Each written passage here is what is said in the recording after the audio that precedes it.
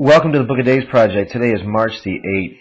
Born on March 8th, St. John of God, 1495. Dr. John Campbell, historical writer, 1708 in Edinburgh. Dr. John Forthigill, a Quaker, 1712.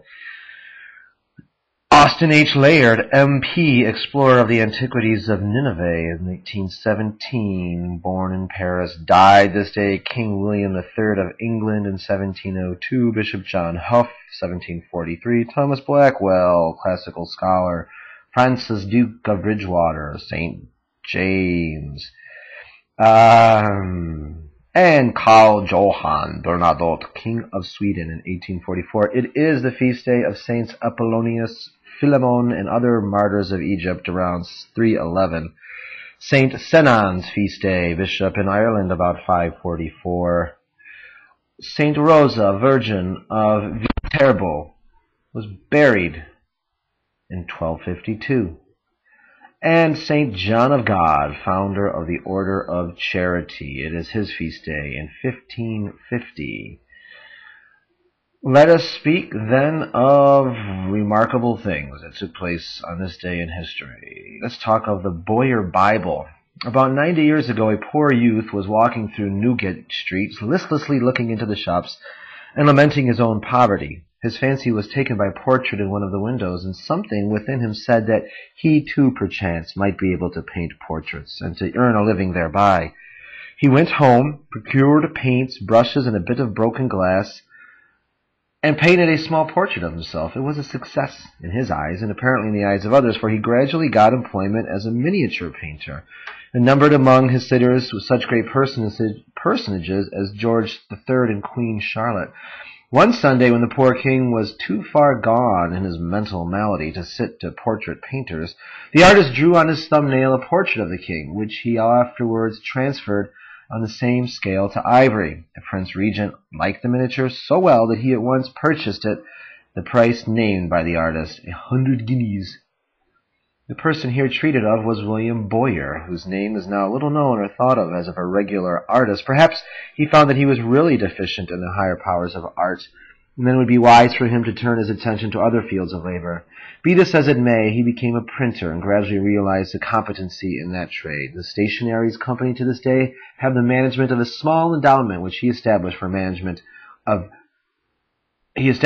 the benefit of poor working printers. William Bowyer is now chiefly remembered in connection with one particular copy of the Bible. Macklin ventured on the most costly edition of the Bible ever issued from the press, and Bowyer, possessing one copy of this work, devoted the leisure of nearly 30 years to illustrating this Bible. He procured it from every part of Europe engravings, etchings, and original drawings relating to biblical subjects, and these, to the number of 7,000, he interleaved with his Bible. From Michelangelo and Raphael to Reynolds and West, every artist whose scripture subjects had been engraved was brought into requisition. Fascinating.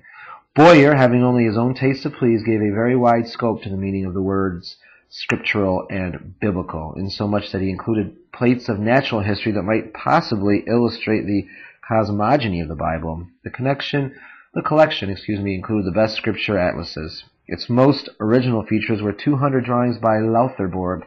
Thus he went on step by step until his Bible expanded to 45 folio volumes, including examples from nearly 600 different engravers. What an undertaking.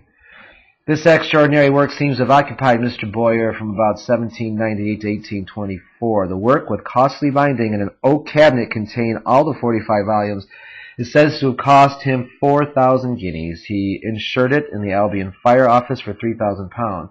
After his death, a lottery was got up for the benefit of his daughter, Mrs. Park, with the Bible as the sole prize. One Mr. Saxon, a Somersetshire farmer, won the prize. It is just possible that, as in the famous case of the family picture of the Vicar of Wakefield, the dimensions were not found compatible with domestic conveniences, for the work has changed hands several times. And we read as to all the different subsequent owners of the Bowyer Bible. Let's quick make mention of life-saving dogs. Oh, pet story in our Book of Days project. Excellent. a crowd pleaser. Life-saving dogs. We owe to two principles which have been ably illustrated by modern naturalists, namely the educability of animals and the transmission of the acquired gifts to new generations, that the young pointer, without ever having seen a field of game, is no sooner introduced to one than it points as its father and mother did before it. To this also we owe that even more interesting specialty of certain varieties of the canine species, that they unpromptedly engage in the business of saving human lives in situations of danger. We've all heard of the dogs of St. Bernard, which for ages have been devoted to the special duty of rescuing travelers who may be lost in alpine snows. Early in the present century, one of these noble creatures was decorated with a medal, in reward for having saved the lives of no less than 22 snowbound travelers. Sad to say, it lost its own life in the winter of 1810. A Piedmontese courier, after resting for a while at the hospice during a terrible snowstorm, was earnestly desirous of proceeding that same night to the village of Saint-Pierre on the Italian side of the mountains. The monks, after endeavoring in vain to dissuade him, lent him the aid of 2 guides and 2 dogs, including the one bearing the medal. The courier's family, knowing of his intended return, anxious for his safety, ascended part of the way to meet him, and thus it happened that the whole were nearly together when an avalanche broke away from the mountain pinnacle and buried human beings and dogs together. So keen is the sense of smell possessed by these dogs that though a perishing man lie beneath the snowdrift to a depth of several feet, they will detect the spot, scrape away the snow with their feet, make a howling that can be heard at a great distance, and exert themselves to the utmost in his behalf. An anecdote is told of one of the dogs that found a child whose mother had just been destroyed by an avalanche. The child, alive and unhurt, was in some way induced to get upon the dog's back and was safely conveyed to the hospice. Fascinating.